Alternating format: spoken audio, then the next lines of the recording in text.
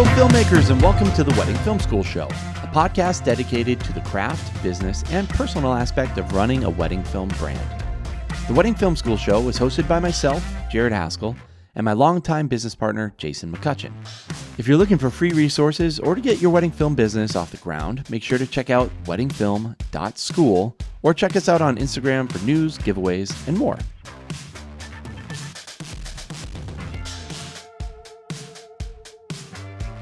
Hey guys, welcome to the Wedding Film School Show. My name is Jason McCutcheon. I'm a wedding filmmaker out here in the Northeast, Boston area specifically. I have 3 wedding filmmaking brands, Merriment Film, Stop Go Love, and my own personal brand, Huxley Film. And I get to host this podcast about wedding filmmaking, a subject that like 10 people in the world are interested in. But if you are interested, and you're very interested, and we're also lucky enough and very excited to do so, by the way, be hosting a retreat coming up in February 3rd. We try to do it every year, called Clarity. And it's all about getting a bunch of filmmakers together who are experienced, who are going for it, who, you know, have varying levels of success, but they're all in their own right successful and doing great stuff, and really focusing on getting clarity in our businesses, having a great time connecting with other filmmakers who we have common interests with and common goals. And one of the people who I wanted to come this year is a filmmaker named Julia Kentner.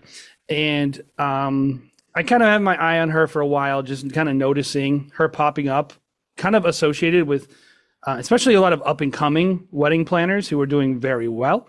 And honestly, the first time I saw her work, I assumed she was out of like Napa Valley or something. Like, and then I find out, oh, she's out of St. Louis, and she was just popping up. And I remember seeing her work, and then I was like, this is like a type of person I would like to come to Clarity, because I think she represents a type of success that is maybe a little underappreciated, but should be fully recognized. And she's, of course, one of the nicest people and a very, very good filmmaker. So here is Julia Kentner. How you doing, Julia?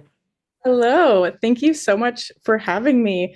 I'm so excited to be attending Clarity next month and connecting with like-minded people and learning from one another. And, you know, I think it's so important to work on your business and not just in your business. And I think the new year is a great time to do it. So yeah, I'm excited. Yeah. So why don't you tell everybody a little bit about your business, and you know, if you want to talk about your films as well, but tell if somebody's never heard of you, kind of maybe give them a quick summary of who is Julia Kentner Films. Yeah. So I am based in St. Louis, like you mentioned.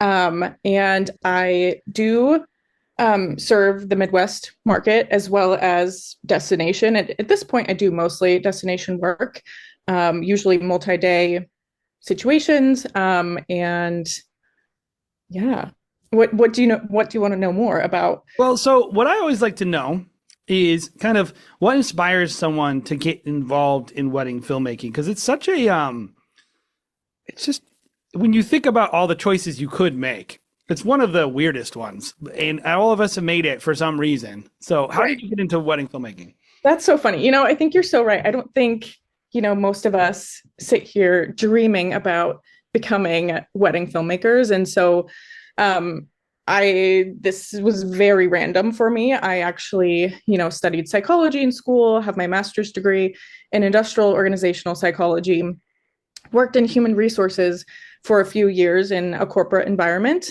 And yeah, I've always done video for fun, you know, as a hobby. Growing up, you know, my dad gave me a camera when I was very young, and my family was really into home movies and kind of just capturing, whether that be family vacation or, you know, Christmas or any sort of family gathering. We were always really into that kind of stuff. And it was actually my brother, he got the very first GoPro when it came out. What was that? 2010, the very first GoPro that came out. And we always go skiing. You feel old. Right.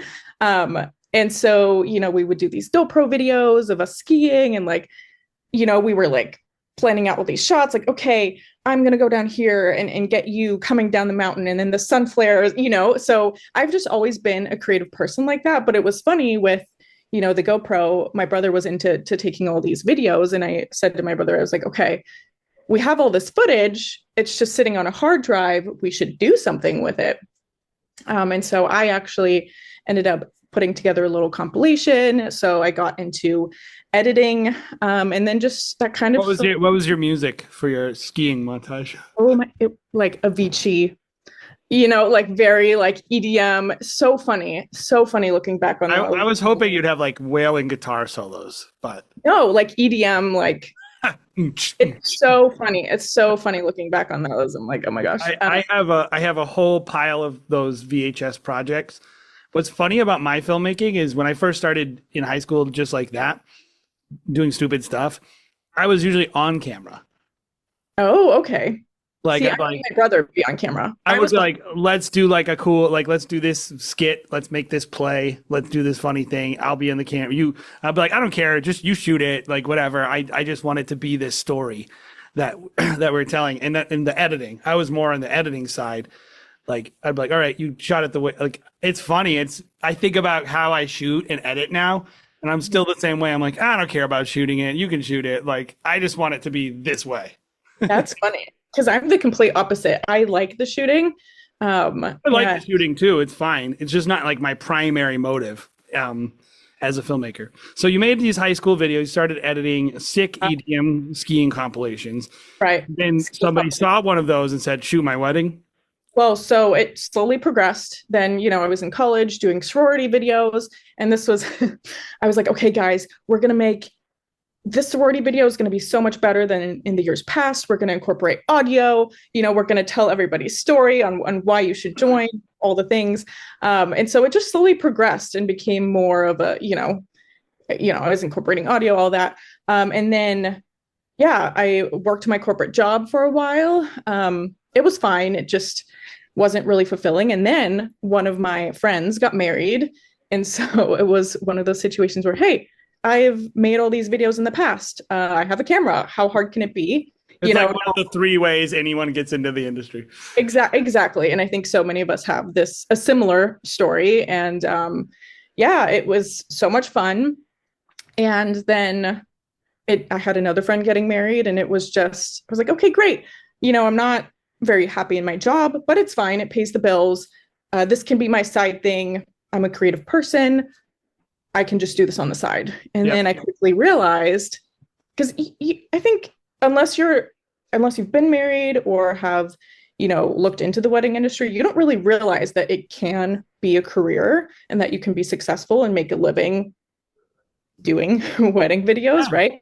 And so I think, very quickly I did realize that it was this whole industry, and, I dove in head first. And then after a few years, I was able to build up my side income and then quit my full-time job. So I always think it's interesting why some people, and I wonder if it's like a gender thing, by the way, because I find females getting involved in the industry typically are more aware of the industry. They're aware of the planners. They're aware of and they become accustomed to it. A lot of the guys who I see get involved, they could be industry for 10 years. And I'll be like, who are the good planners in your area? They're like, I don't know. I don't really need to care about that. I just want to work with my couples. And that's fine. But it's interesting, like how you got involved and you were like, oh, there's an industry here. Yeah. Like, I had no idea. But like that was one of your first realizations, is that there is an economy associated with the art form. And I'm assuming that you were like, how does this economy work? Exactly. And, I dove down YouTube rabbit holes, all the things, Matt Johnson, how to film weddings. I found your podcast very early on when Craig Adams was still doing his thing. And I was also very lucky in the sense that I think I realized that I needed to learn from others if I wanted to do this well. And Taylor Petrinovich, is actually now a good friend of mine, at the time was starting her very first round of masterminds. And, at the time, she's grown so much since then, but at the time she didn't seem as intimidating, if you will. And so I thought, oh my gosh, here's this girl, she's definitely so many steps ahead of me, but it's not, Ray Roman or, some icon where, I feel, oh my gosh, they're so much further ahead than I am. And so I decided, you know what? This is her first round. She's never done this mastermind before, but I'm just going to give it a shot and see where it takes me. And I learned so much from Taylor. And Taylor's out of the West Coast, if you guys don't know, by the way. Very good filmmaker, been doing it a long time, and has a show called Level Up Podcast. Yep. And they do a good job. Yeah. And so I think that was also another thing is I dove right in. I got involved in, I knew that I didn't know anything, and education was really important to me. And so I think that definitely contributed to being able to grow fairly quickly.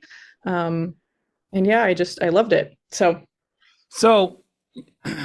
I think one of the things we've talked a little bit about this, and one of the ways we know Julia on a personal level is through Engage.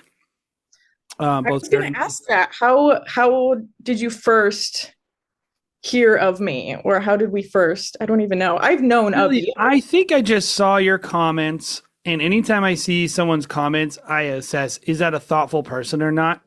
And if they sound like a thoughtful person, then I want to look at their work. And if they seem thoughtful and their work is good, then I put them on my radar. And then I start thinking, this person's probably going to become successful or is successful. Maybe I don't know how successful. So I think I initially just was like, oh, this person contributes. I think they have wisdom. And then I just noticed it. And then, of course, meeting you at Engage, Jared did. And then I've known you that way. But the thing about Engage is this, and I am not the best at Engage, in my opinion. There are people who are great at Engage. If you don't know what it is, it's basically a giant top tier wedding industry party that they have for 3 days. Well, they have some education, but it's really not about the education. It's really a networking event with some good education and some experiences. But in general, if you want to be known, you got to just show up and make FaceTime with some of the best of the best. So we know you from that, but we both know in wedding filmmaking, out of 500 people, there might be 10 wedding filmmakers at a given Engage. Maybe more, but not much more. And meanwhile, there's probably more people who work at hotels at Engage than there is wedding filmmakers. And I think about that a lot. And so I notice the people who are investing in something like that and who are not. And that's the other side. I notice, Julia, how you manage your Instagram. It looks similar to mine, which is always a good thing for me in terms of the strategy behind it, how you manage your networking, how you manage these opportunities. So all that to say, all these questions lead up to this. Someone is building out, right? What would you say to someone who is in that position where they're getting into wedding filmmaking, or maybe they're in wedding filmmaking and they're realizing they're not maybe connecting with the people. They're not getting the weddings that they want. And they don't know the people they need to know. How would you say to someone they need to kind of that first step into that intentional networking season of their life? I know it's a loaded question, but I think it's maybe thinking back to your own experiences even. Well, I think there's so many different ways you can approach building up your network, right? I think for me, it was joining an educational group. And so I had that cohort of 15, 20 people. And that was Level Up? That was Level Up. And so you build a relationship with these people, and, that's less intimidating, right? And then, of course, you can go to any sort of local event that might be happening if you know of a planner, maybe hosting a meetup, or you can just bite the bullet and do Engage. I'm trying to think how many years I was maybe 3 years into my business when I went to my first Engage. So it definitely wasn't, right at the beginning. And I definitely think you should, kind of build up. I would consider that at the beginning. What'd you say? I would consider that at the beginning. I think you Yeah, well, right. you It's took the relevant. leap. I did take the leap, but it wasn't, I had already taken other leaps prior to that. And that was logically just the next step. And so I think it got to the point where I then joined another educational group after Level Up called E3. Mhm. And again, was just meeting more people. And then, they were talking about Engage. And I think through all these educational groups, I just realized the importance of putting yourself in the room. And again, that can look like a lot of different ways. You don't have to go to Engage to be successful, right? You can still No. in front of other people in other ways, right? Whether that is connecting with wedding planners privately or attending WIPA, or, there's so many different things you could be doing. And so even like ILEA, which is not necessarily wedding specific, but it's event industry.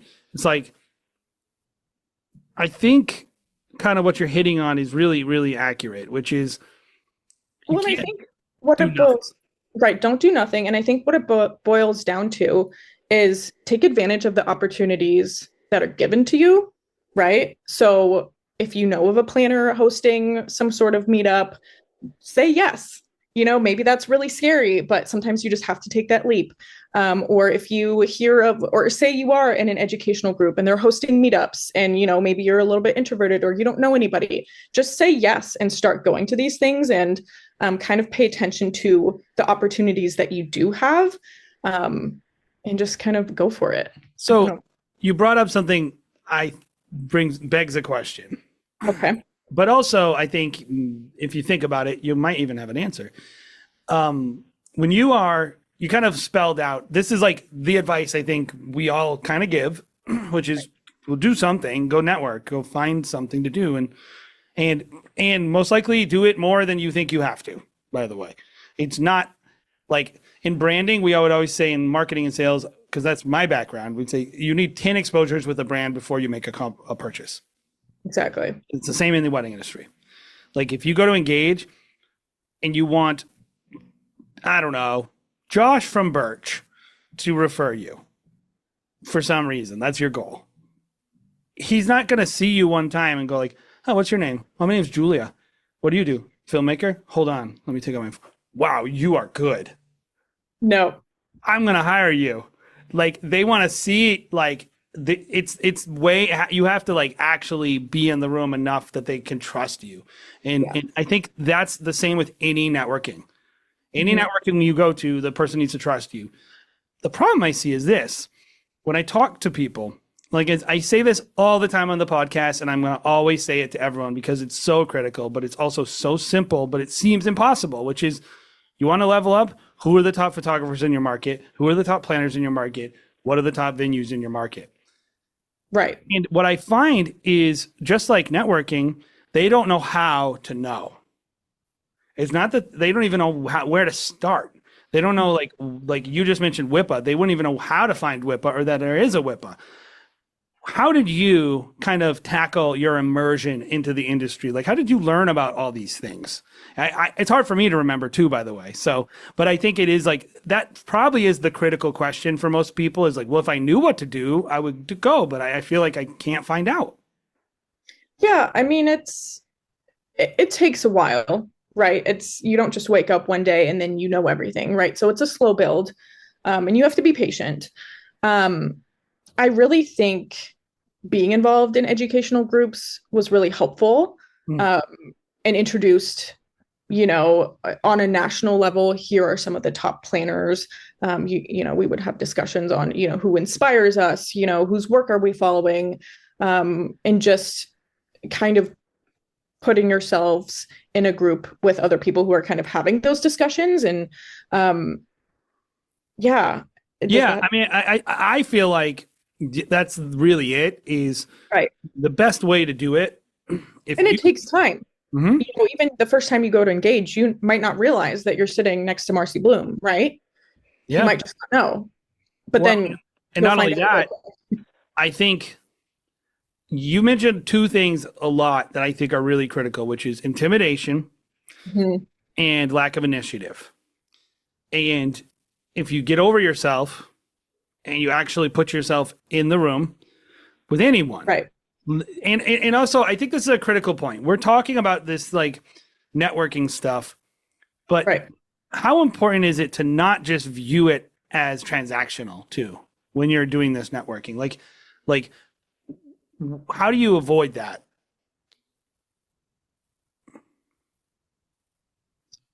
Avoid what? I'll cut this part out, Hold out for a second. Sorry. so when you like, I think what I'm trying to ask is like, not viewing people as just a meal ticket. Like everyone knows it. If you're going to a networking event, if you're not interested in them at all, and you're just walking around saying, "Who wants to hire me? Who wants to hire me? Who wants to hire me?" Like you have to actually to speak towards the women thing. I think this is why women filmmakers have a much shorter ride to the top in wedding filmmaking, like because they can connect with the no strings attached relationship building much easier than a man. Like if you're a man going to engage and I'm just talking to all these women all the time, I don't think that it is easy for them to believe that I'm talking to them because I want to get to know them. I think they all think, what does this guy want? Right. If you're hanging out getting drinks with the girls, you can just actually form a real relationship with them. Like, I'm not going to be like, hey, Jason, do you want to come sit with me and these three girls and have drinks and blah, blah, blah. And like, sometimes it happens, but it's like I think it is not only important to be in the room. So I'll ask the question again. So, I think we're kind of, I think that's a great point. Like impressing, you got to have a plan and you got to put yourself in the room. And don't overthink it. Just look for the opportunity that's right there, and actually investigate it. Go on your local Instagrams. The tip I always give someone is just literally look at the 5-star hotels in your area, and then look and see. Go search the location on Instagram and see what wedding planners are doing weddings there. There's like a lot of cheats like that. You can figure out like what's happening and who's doing it. Once you figure that out, though, I think the key is authentic relationships that are not just transactional, where you're not just talking to this person and like they know it. When you are like, "Hi, I'm a wedding filmmaker," and like you have nothing else to talk about, you don't know what. Like, how do you avoid now that you're kind of getting in the room, turning it into this weird thing where the person you're just only trying to get that person to hire you and nothing else, and the relationships aren't authentic. Right. I mean, I think it's just about being genuine, right? I think when it comes to anything, I think it's important to remember your why. Why is it that you're doing this? Who is your ideal client? What are you trying to do here? And so I think if you keep that at the forefront, and then just try to find people who also have that same why and also are trying to do those same things, I think it allows you to have genuine relationships with people. And yeah, to be honest, maybe I should be better at this, but post-engage, I'm not the best at following up with people and saying, hey, remember when we met at Engage? I'm not either, but I don't do it on purpose because I have nothing to say. And I think maybe that is real engagement. Well, so, and that's my point is if it's not genuine, don't force something. I think because you're so right, I think people can tell. I don't think people like it necessarily when they feel like, okay, so-and-so is just talking to me because they want work from me. And so... Well, Julia, like think of it like what you're doing. I mean, what I do as filmmakers. I'll take money from anyone who's willing to hire us, but so I don't begrudge them for that. But I do know there's a difference between a person who is recommending us to their client, a wedding planner, because they think we have good social presence or they think our videos are going to look good for them, and someone who actually likes our work.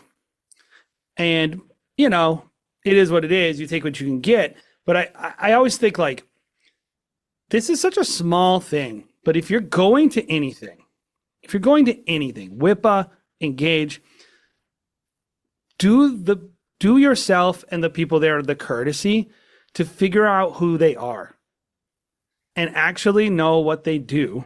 And this is my biggest tip for networking. Like I said, I struggle to not put things in these very transactional terms because I always think in terms of like sales or business. I always create a hit list in my brain of people that if I sit next to them, this is what I'm going to say to them. Because, and it's genuine. It has to be genuine. It has to be someone who's like, that's when I saw that, that blew my mind. And I don't do it right before the event. I do it all year. If I see something that, like we brought up Josh from Birch, I have 2 projects that he did that have inspired me, that blow my mind. And, you know, I've had the opportunity to work with him a couple times in the last couple months. I haven't said it. Someday I will. Someday I'm going to have, but what it's going to let him know is, and I'm not doing it to be strategic. I just want this person to know I genuinely like what you do. And this is what I like about it. I genuinely like your style. And this is why. I remember I met a planner at an event and we just did an event for them. And I was like, oh, this one is awesome. I said, we need to kick this one up a brand because I love what they did. We should put this under our top tier brand. It's such a good design. Let's just make something for them for free. No one is doing what this person's doing in our market. It's super unique. But I don't just think that. When I see her, I tell her, hey, I think what you're doing is really special. I really love it. Thank you for letting us be a part of it. I don't say, please give us another job. That's it. I'm just genuinely telling her something that I love about her work, why I love it, who I think she's like in the industry. Oh, it reminds me of this planner down in Miami. It's so interesting. The more you are able to actually provide genuine feedback to someone that actually shows that you're care. So many people in the industry, though, they take pride in not caring about the industry. They think like that's great. Like, oh, I don't pay attention to other people's work. I don't pay attention to these planners. I don't pay attention to this. And I'm like, what are you going to talk about then? Yeah. I do think sometimes you can connect on a personal level and build that relationship that way. I think that's another, if maybe great example, maybe you don't know who you're sitting next to, ask them questions, get to know them. And I think I agree with everything you're saying, but I also think you can connect sometimes on a personal level and then click that way. And then you're never going to be able to know every person that's going to be in an event. Exactly. But I do think so many people go super unprepared. They don't think of it like work. And I'm like, if you're an introvert and you're like me, small talk is tough. I have to come up with things to say. So when I get put in the situation, I don't ramble about nothing and look like an idiot or talk about something too intense or weird. And the person doesn't. So there's a lot of ways to skin the cat, but I do think at the end of the day, back to the original point, genuine. Has to be genuine. It can't just be like, get me booked, or like you have to be saying things to people that let them know I'm interested in you. Everyone likes that. Everyone likes it when you're actually interested in them. Right. And remember your why, right? And find people who have a What's your why? My why? Oh my gosh, that's such a loaded question. I think for me, people often ask, what's your favorite destination, or where's the coolest place that you've shot? And I think for me, it's not necessarily one particular location or, Lake Como or Mexico. I mean, those places are beautiful and I love that we get to travel, right? But I think for me, what truly brings me joy is the creative partners I get to work with, especially when they're incredibly talented. Like you mentioned, there's some amazing people in this industry that are doing some really, really cool things.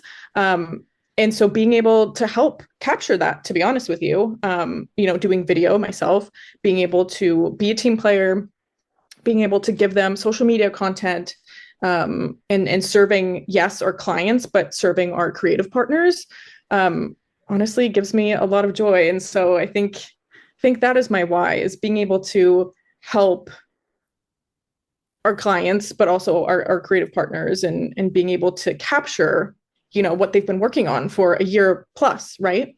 So, well, I think the industry can be broken into 2 groups, especially in the filmmaking side. people who understand what you just said and people who do not.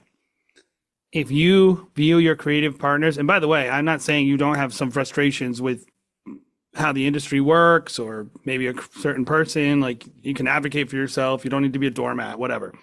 Right. That being said, it's not about that if you get joy out of it. And I'm the same way. Like if I make a reel for a planner and she is successful because of that reel, I feel just as good as if I make a film for a couple and they love it. Exactly. To me, I just want to make other people successful. I just want to be bringing value to the world and creating beauty. And I think the more I get to do it, the happier I am. So that's what I like.